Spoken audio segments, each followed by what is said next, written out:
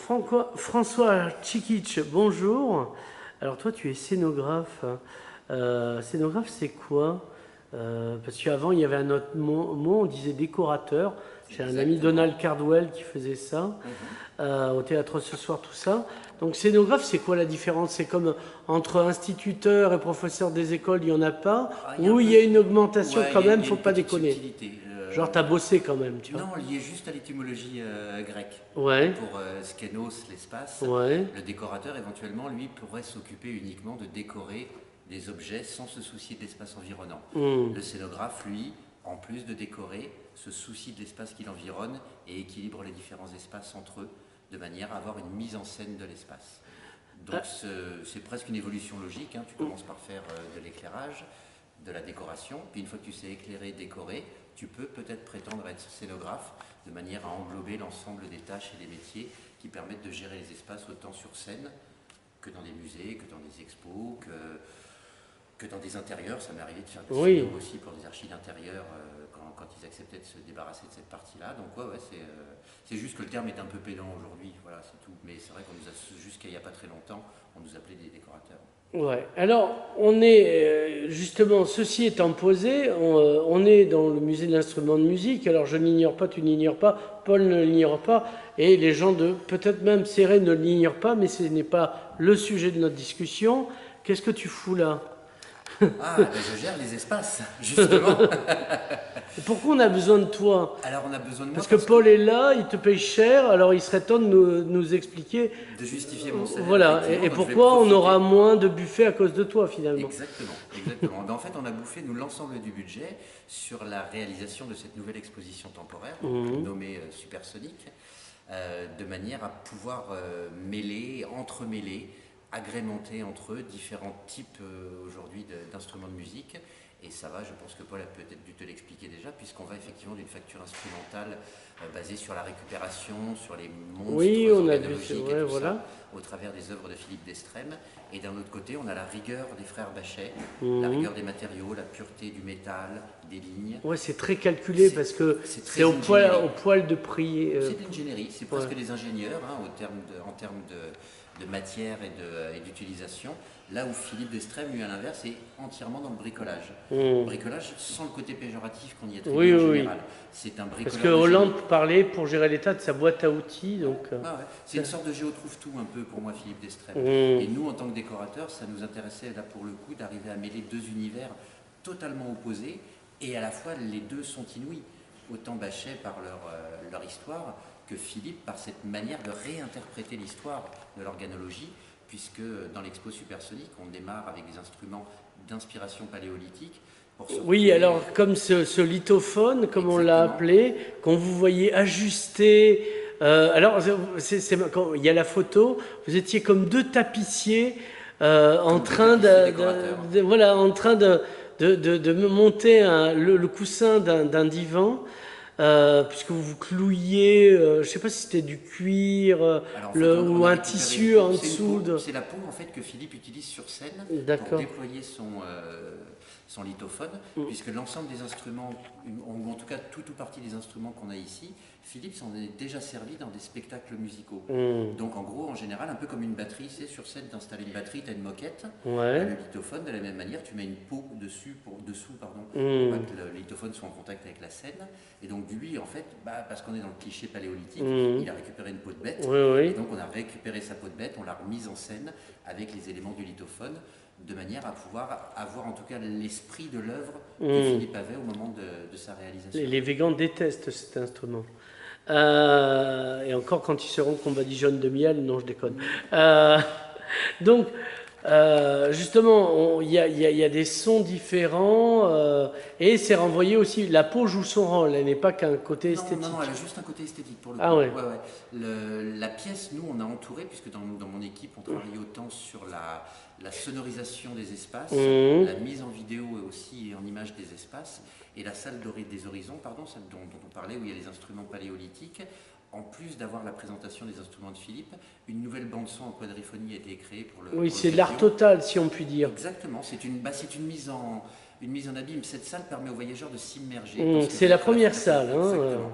C'est une salle des départs, une salle des C'est le voyages. monolithe dans 2001 au lycée de l'espace. Sauf que le nôtre, il est couché. Voilà, c'est ça. On l'aurait passé sous un rouleau compresseur, le monolithe, et accordé, tu peux jouer tout à fait de la musique avec. Donc, dans la mesure du possible, avec quelqu'un qui sert d'expérimentateur, la salle des horizons peut tout à fait se rendre musicale par simple démonstration. Donc il y a un enchaînement de salles et on sort de l'autre côté où on vient sur la modernité, voire la post-modernité, voire ambiance Mad Max et des potoirs, si j'osais dire. On est post-apocalyptique avec les déchets plastiques et l'ensemble des déchets a priori, puisque c'est ce qu'on retrouve sur les toiles imprimées qui ont servi de décoration au mur, qui elles-mêmes ont repris l'idée que nous amène le luthier Philippe Destrem, puisqu'en fait cette dernière salle contient exclusivement des objets en peau, en matière recyclée, qu'avec des choses de la récup.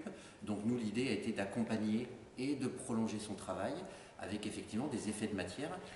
Donc tu es obligé de travailler avec le créateur. Forcément. Donc il y a un gros travail dialectique pour que vous compreniez, pour que justement ta mise en scène soit à la hauteur de ce qu'il a créé. Exactement. C'est un peu comme si tout d'un coup Philippe le luthier ou les instruments des frères Bachet étaient mon scénario et mon script, et que moi tout d'un coup je devais découper, comme on le ferait au moment du storyboard par exemple, découper puis réaliser et mettre en scène par la suite.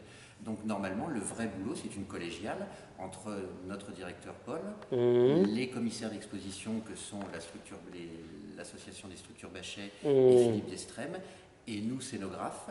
Donc c'est une collégiale de direction qui permet de prendre des décisions en commun entre les enjeux organologiques, les enjeux pédagogiques, les enjeux visuels, plastiques, et après les enjeux sonores par rapport aux choses qui sont à manipuler ou à mettre en place, comme dans la salle qui nous occupe ici, où ici on est plutôt dans une pièce qui permet de jouer et de mettre en œuvre partie des instruments, là où ailleurs, vous avez pu le voir lors d'un peu de la prévisite tout à l'heure, beaucoup de choses sont en vitrine, donc ne sont pas jouées par les gens directs. Voilà.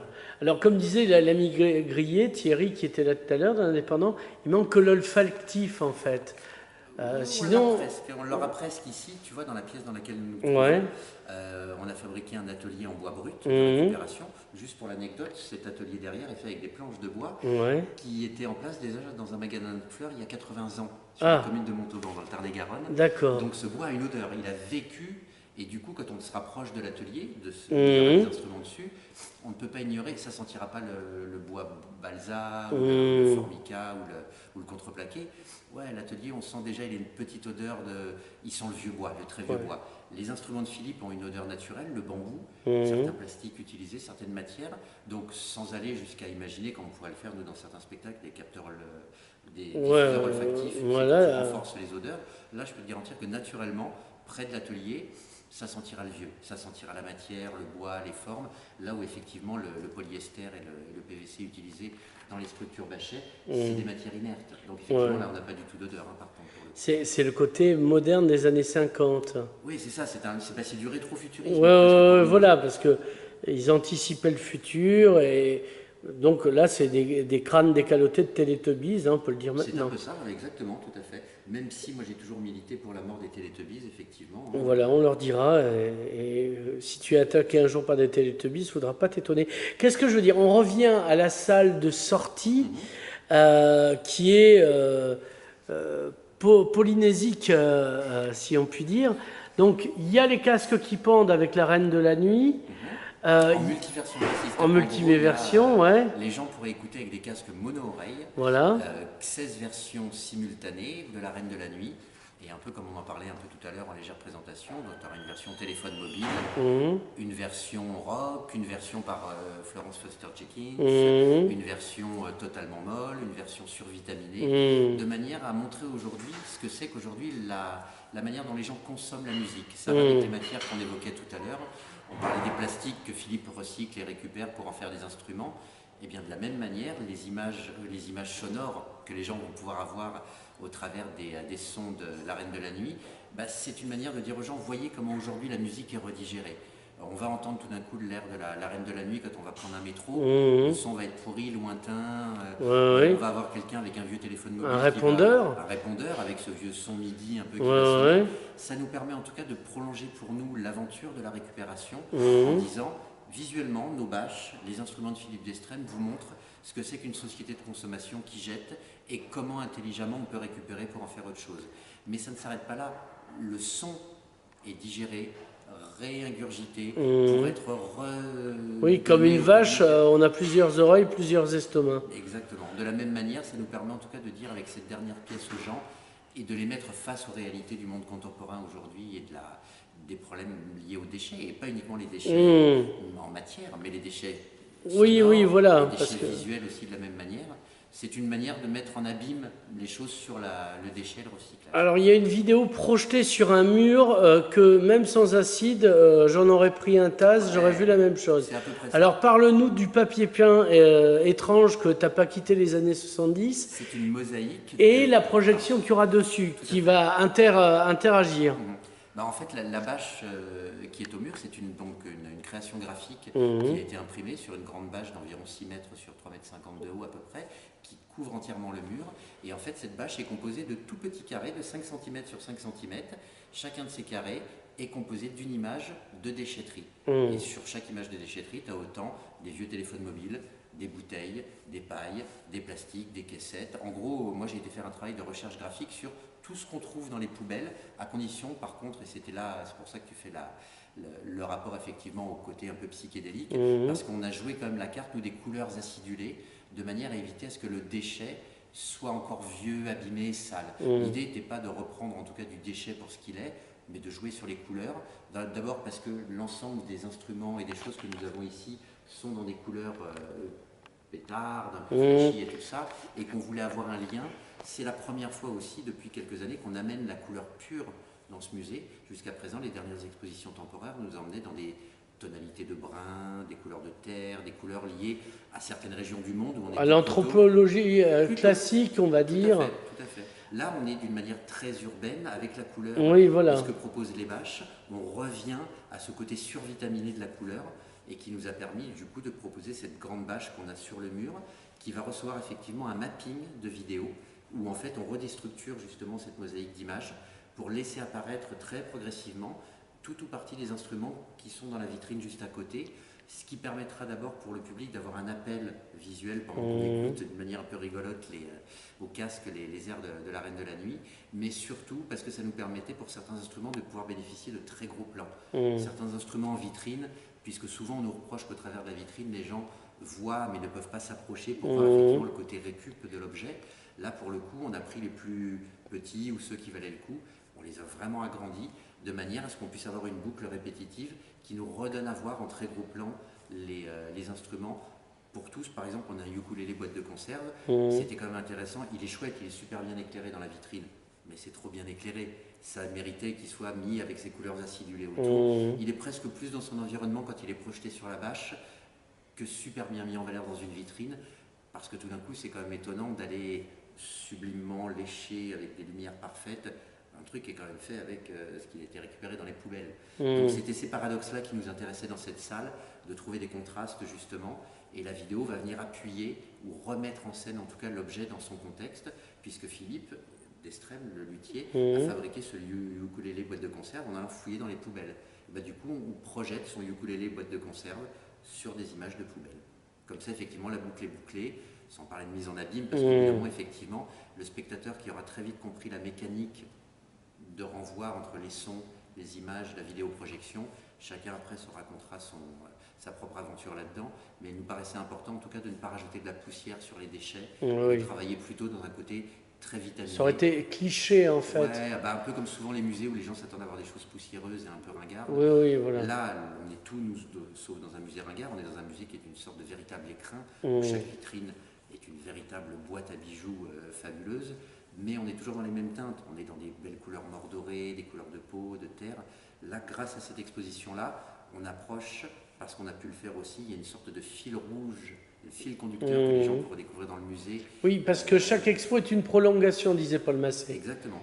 Et celle-ci se prolonge avec donc il y a des mains partout dans le musée. Oui, alors oui, les mains là qu'on voit là. Alors, C'est des mains en fait qui pour nous, parce qu'elles sont colorées pareil et peintes de la même manière, viennent prolonger la thématique surréaliste et inouïe qui nous occupait dès le départ de cette conception. qui tiennent la plupart du temps des frondes sonores. Alors elles tiennent des rhombes paléolithiques dans le premier des couloirs qui nous occupe, et après la main en fait devient pour nous, parce que c'est les mains du luthier, c'est les mains du musicien, c'est les mains de celui qui manipule l'ensemble des instruments que nous avons. Ces mains sont réparties dans le musée, un peu comme un fil rouge permettant aux gens de connaître les différents spots supersoniques qui s'ajoutent et se superposent à la collection permanente. L'autre métaphore pour nous qui nous intéressait là-dedans, puisqu'on travaillait sur le surréalisme et l'inouï, c'est que cette cage d'escalier équipée de miroirs déformants et de ses mains nous rapproche de l'univers de Jean Cocteau, soit au travers avec les mains du film La Belle et la Bête, soit au travers des miroirs déformants du sang d'un poète, voire même dans le Testament d'Orphée, quand tout d'un coup il repasse au travers. Alors, il y a un lien direct parce que la musique du film a été faite et on revient aux frères Bachet. Alors on revient parce qu'effectivement c'est Lasserie à ce moment-là qui compose les musiques et fait appel aux frères Bachet pour enregistrer sur cristal la musique du Testament d'Orphée. Donc, l'orgue qu'on a filmé tout à l'heure. Exactement. Qu'on n'a pas la là. boucle est bouclée, sachant que pour nous, effectivement, on est sur une époque, en tout cas, où Dali, Cocteau, Picasso, Buñuel proposent soit par l'image à ce moment-là, soit par l'image fixe, ou en tout cas en mouvement, des choses assez extraordinaires. Et ça nous permettait, en tout cas au travers de cette thématique surréaliste, de remettre par la métaphore des mains les Bachet dans leur contexte historique, effectivement, les années 40-50, pour Cocteau, en ce qui nous occupe dans la partie de l'escalier que l'on monte. Mais comme les mains, tu as pu le montrer tout à l'heure, les mains sont toutes en couleur. On a repris les couleurs, effectivement, de l'instrumentarium pédagogique, de manière à ce que même ces mains, issues de l'univers coptien, pour nous, restent encore comment on appelle ça, en lien direct avec le reste des instruments du musée qui, eux, reçoivent cette On revient à la synesthésie, tout est dans tout et vice-versa. C'est le principe un peu pour nous du travail quand on fait une expo temporaire. Un, c'est d'arriver à ce que la scénographie reste suffisamment discrète pour porter les collections. Il n'y a rien de pire. Genre, t'as vu comme scénographie bien, c'est pas criard comme ça. Il n'y a rien de pire pour nous que quelqu'un qui sort en disant la scénographie est géniale. Ouais. C'est pas que la collection est à chier. Nous, notre rôle est de mettre en valeur la collection, pas de mettre en valeur notre scénographie. Du coup, ces mains, ces genres de petits détails sont vraiment des touches. Et on vient appuyer, sous-peser, porter, éclairer, mettre en valeur, mais jamais en tout cas d'avoir une pièce complète qui ne soit portée que par la scénographie. L'intérêt de la scénographie est d'accompagner des collections. Et là, on a eu la chance cette année de travailler pour une fois avec des couleurs très vitaminées, ce qui permettra effectivement d'avoir une... Ça sort des ocres habituels. Parce qu'effectivement, jusqu'à présent, que ce soit dans Les Enfants du Nil ou les Contes de l'Univers avec le Wayang, on était dans des couleurs, forcément, on en parlait tout à l'heure, des couleurs de peau, de terre, toutes ces couleurs effectivement de sable, des matières vivantes. Parce que dans l'épisode précédent, c'est toi aussi qui as fait la scénographie. Tout à fait. Ouais. Voilà, donc comme ça... Et ce qui nous permettait en tout cas là, de prolonger, comme on le disait, puisque chaque exposition doit tuiler et accompagner la suivante. Celle-ci, Supersonique, je pense que vous avez dû en parler avec Paul, effectivement, dans cette pièce, les touches de couleurs arrivent, mais viennent compléter ce qui était déjà dans l'exposition précédente. Le gamelan, en l'occurrence, qui lui reste dans la même pièce. Et par contre, le gamelan est accompagné sur des portes. Alors là-bas, c'est l'Indonésie, comme on avait filmé. Mais avec, encore une fois, nos touches de couleurs très prégnantes à côté du gamelan, juste pour dire... Des dessins que tu as réalisés dans les... Mon Dieu, si j'avais pu tous les faire, j'en ai fait 2. Voilà, c'est déjà pas mal. Vinci. Oui. C'est monsieur Leonardo da Vinci qui a fait les 4 autres. Ouais. Mais ça nous a permis en tout cas de pouvoir montrer effectivement aussi que l'instrumentarium monstrueux naissait déjà entre les mains d'un type comme de Vinci qui avait tripé comme un fou. Parce que je pense que la plupart des choses qu'il a dessinées, je suis pas, à part si le dernier, La Cité de la Musique, en a fait une copie, ça existe et ça se joue, mais le crâne instrument de musique, c'est quasi injouable, comme le serpent lyre qui a été créé pour l'affiche de l'exposition. Quand j'ai dessiné le serpent lyre, je pense qu'en tripant un peu et en prenant les trucs dont tu parlais tout à l'heure, je pense qu'on pourrait en jouer un moment ou un autre. Oui, avec du thym et du romarin, ouais. Voilà, exactement. Vous, les enfants, ne le refaites pas à la maison. Tout à fait. Mais l'idée était de garder ce côté en quête de l'inouï, continuer de nous faire rêver au travers même des dessins ou des différents éléments que nous avons dans l'expo. Donc il y a un travail, si en littérature il y a un terme, la scénographie, on est dans le réalisme magique. Oui, il y a aussi de ça. Heureusement que ça ne se limite pas à ça, puisqu'il y a des vraies parts de la scénographie où on est uniquement dans l'onirisme. La cage d'escalier, en l'occurrence, celle que l'on évoquait avec les mains et les miroirs, On ne va pas aller écrire en toutes lettres aux gens en leur disant hein, rappelez-vous Cocteau, rappelez-vous le son. Bah, il y a 2-3 notes, mais fondamentalement, les plus jeunes qui n'ont jamais vu, à part la version horrible de Disney de La Belle et la Bête, mais qui ne reprend pas ces principes-là, aujourd'hui, qui va se rappeler de cette version noire et blanche? Enfin, moi, je connais Cocteau, mais comme c'est les Cocteau Twins, donc ça n'a strictement rien à voir, encore non, que... ils étaient plus agités que le premier. Mais c'est pour ça que je te disais ça. Tu as la cage d'escalier, elle ne sert à rien d'autre qu'à faire rêver les gens dans un passage intermédiaire entre la salle paléolithique, qui est très concrète, on a des instruments, et dès qu'on arrive au premier niveau, on se retrouve dans le musée, la collection permanente. Donc voilà pile poil justement une transition basée uniquement sur l'onirisme, le surréalisme. Et du coup, bah, les gamins, on en avait déjà vu, on a pu le tester cette semaine pendant qu'on installait, les gamins tripent sur les miroirs et les mains, ça les fait délirer. Bah, ils délirent pas pareil que les parents qui font oh, on dirait le truc de La Belle et la Bête. Les minots, ils font ah, des mains en couleur. Pari réussi. Chacun y a vu une sorte de trip un peu rigolo, déformant, sympathique. On y projette ce qu'on a en soi. Voilà. Qu'est-ce que je veux dire? La posologie par pièce, c'est combien? Je veux dire, comme le temps d'infusion par pièce, il faut y rester 5 minutes, 10 minutes. C'est la fameuse question, combien de temps on reste devant une toile de Picasso? Là, je fais un clin d'œil au musée Rigaud. Combien de temps on reste dans une pièce, à ton avis? Tu as des pièces, en tout cas, où tu peux vraiment passer des dizaines de minutes sans aucun problème. Pour peu qu'on te file un pouf ou un transat. Exactement.